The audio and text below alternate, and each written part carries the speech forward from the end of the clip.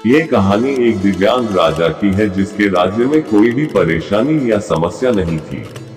सभी लोग उस राजा से बहुत खुश थे और ऊपर वाले से धन्यवाद करते थे कि इतने अच्छे राजा को उनके जिंदगी में भेजे है।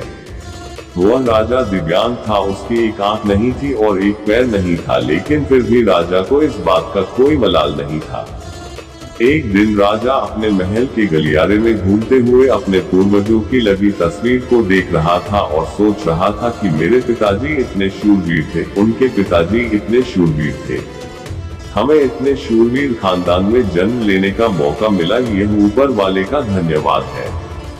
राजा ने सभी चित्र को देखते हुए आखिरी चित्र तक पहुंचा और फिर उस खाली जगह को देखा तो वह चिंता में पड़ गया, क्योंकि उसे मालूम था कि अब यहाँ जो तस्वीर लगेगी वह उसी की लगेगी। लेकिन राजा को इस बात की चिंता नहीं थी कि वह मर जाएगा, चिंता इस बात की थी कि वहाँ जो पेंटिंग लगेगी वो कैसी लगेगी। राजा का एक आंख और एक पैर न होने की वजह से वह चिंता में पड़ गया और सोचने लगा कि इस गलियारे में इतने शानदार पेंटिंग लगी है, लेकिन मेरी एक आंख और एक पैर न होने की वजह से मेरी ही तस्वीर सबसे खराब लगेगी और सबसे भद्दी दिखेगी। राजा ने सोचा कि मेरे मरने के बाद पता नहीं कैसी पेंटिंग बनेगी और क्यों ना मैं अपने जीते जी ही एक शानदार पेंटिंग बनवाऊं, ताकि मुझे ये सुकून मिल जाए कि मेरी यहाँ अच्छी पेंटिंग लगेगी। अब उस राज्य में ऐलान करवा दिया गया और सभी पेंटर्स को बुलाया गया और कहा गया कि जो भी पेंटर राजा का शानदार पेंटिंग बनाएगा उसे शानदार इनाम मिलेगा।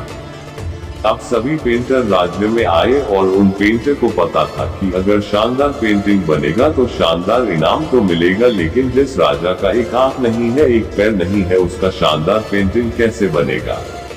पेंटर सोच रहे थे कि इनाम का तो पता नहीं, लेकिन अगर शानदार पेंटिंग नहीं बनी और राजा गुस्सा हो गया तो सजा मिलेगी, इसलिए बड़े बड़े चित्रकार भी आगे नहीं आए।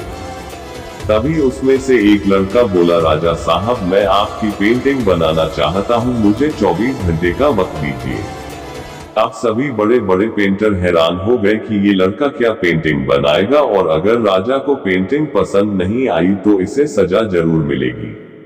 राजा बोला, ठीक है आप बना करके आइए। अगले दिन वो लड़का तस्वीर बनाकर लाने वाला था और दरबार पूरी तरह से भर चुका था। लोग दूर दूर से ये देखने के लिए आए थे कि वो लड़का कैसा पेंटिंग बनाकर लाएगा।